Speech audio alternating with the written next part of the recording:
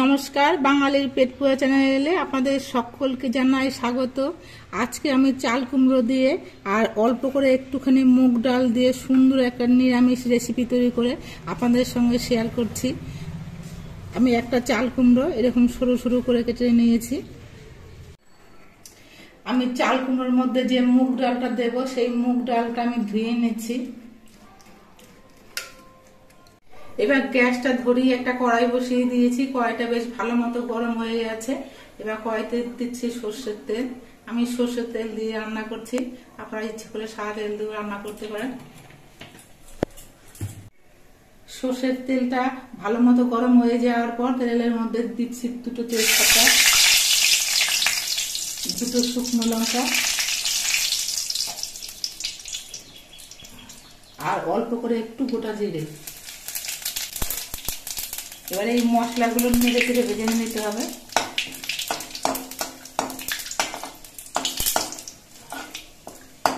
মশলাটা ভাজা হয়ে যাওয়ার পর গ্যাসের ফ্লেমটা একেবারে কমিয়ে দিয়েছি। এবার আমি ধুয়ে রাখা মুগ ডালটা দিয়ে দিচ্ছি।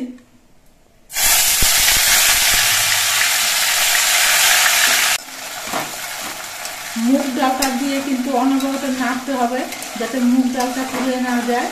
মুগ ডালটা একটু লালচে রং ধরিয়েই ভেজে নিতে হবে।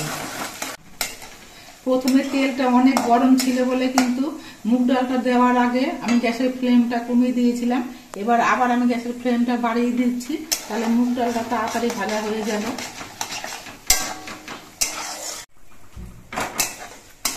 মুগ ডালটা বেশ লালচে রং ধরিয়ে ভেজে নেওয়া হয়েছে। এবার এর মধ্যে আমি হাফ চামচ আদার গুঁড়ো দিলাম। এই আদার গুঁড়োটা আমি ঘরে তৈরি করেছিলাম। আপনারা ইচ্ছে করলে এর মধ্যে কিন্তু আদা বাটাও দিয়ে দিতে পারেন। ঘরে গুঁড়ো তৈরি করা ছিল বলে গুঁড়োই দিলাম। এবার এর মধ্যে আমি চাল কুমড়োটা দিয়ে দিচ্ছি।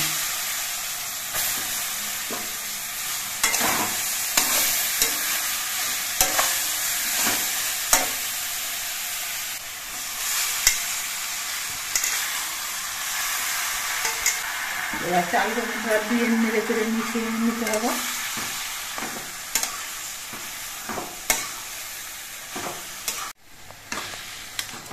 চাল কুমড়োটা নেড়ে চেড়ে তেলের সঙ্গে ভালো করে মিশিয়ে দেওয়ার পর এবার এর মধ্যে দিচ্ছি আমি কাঁচা লঙ্কা, চেরা কাঁচা লঙ্কা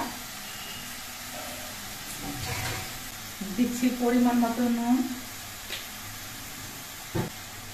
আর হলুদের গুঁড়ো। এবার এগুলো দিয়ে নেড়ে চেড়ে মিশিয়ে নিতে হবে।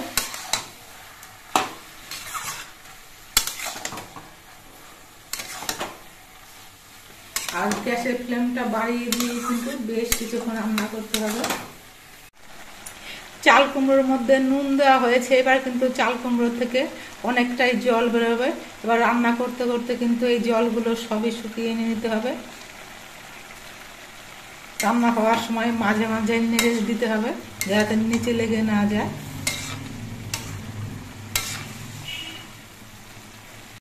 চাল কুমড়োটা গ্যাসে রান্না হচ্ছে, এদিকে আমি অল্প করে একটু জিরে ভেজে নিয়েছি। এই জিরেটা বেটে নিয়ে আসছি। চাল কুমড়োটা বেশ কিছুক্ষণ রান্না করে নেওয়ার পর চাল কুমড়ো থেকে যে জলটা বেরিয়েছিল সেই জলগুলো কিন্তু সবই শুকিয়ে গেছে। এবার এর মধ্যে আমি দিয়ে দিচ্ছি ভাজা জিরে বাটা।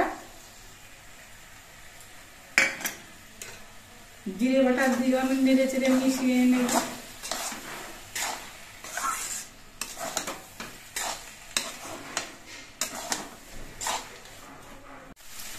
চাল কুমড়োটা অনেকটাই রান্না হয়ে গেছে। এবার এর মধ্যে দিয়ে দিচ্ছি অল্প করে একটু চিনি,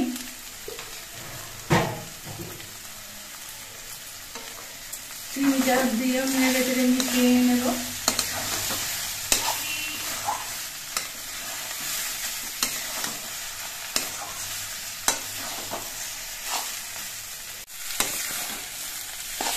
চাল কুমড়োটা রান্না করতে করতে খুব সুন্দর ভাবে যখন পাক উঠে এসেছে, এভাবে পাক উঠলে কিন্তু বুঝে নিতে হবে যে চাল কুমড়োটা রান্না হয়ে গেছে।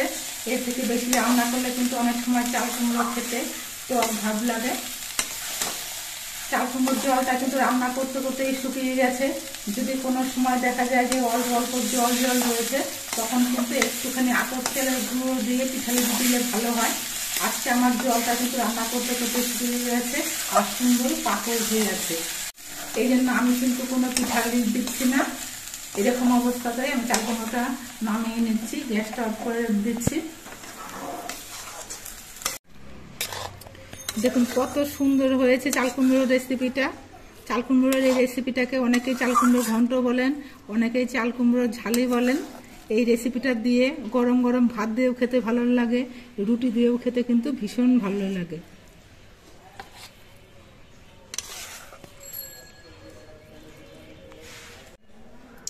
আপনারা দেখতে পেলেন আমি এক মুঠো মুগ ডাল দিয়ে আর একটা চাল কুমড়ো দিয়ে কিভাবে রেসিপিটা তৈরি করলাম। আমার রান্নার পদ্ধতিটা আপনাদের কেমন লাগলো কমেন্ট করে জানাবেন। যদি পদ্ধতিটা ভালো লাগে তাহলে ভিডিওটিতে একটি লাইক করে দেবেন, নতুন বন্ধু হলে চ্যানেলটিকে সাবস্ক্রাইব করে দেবেন। সকলের সুস্থ থাকবেন, ভালো থাকবেন। দেখা হবে পরবর্তী আরেকটি ভিডিওতে।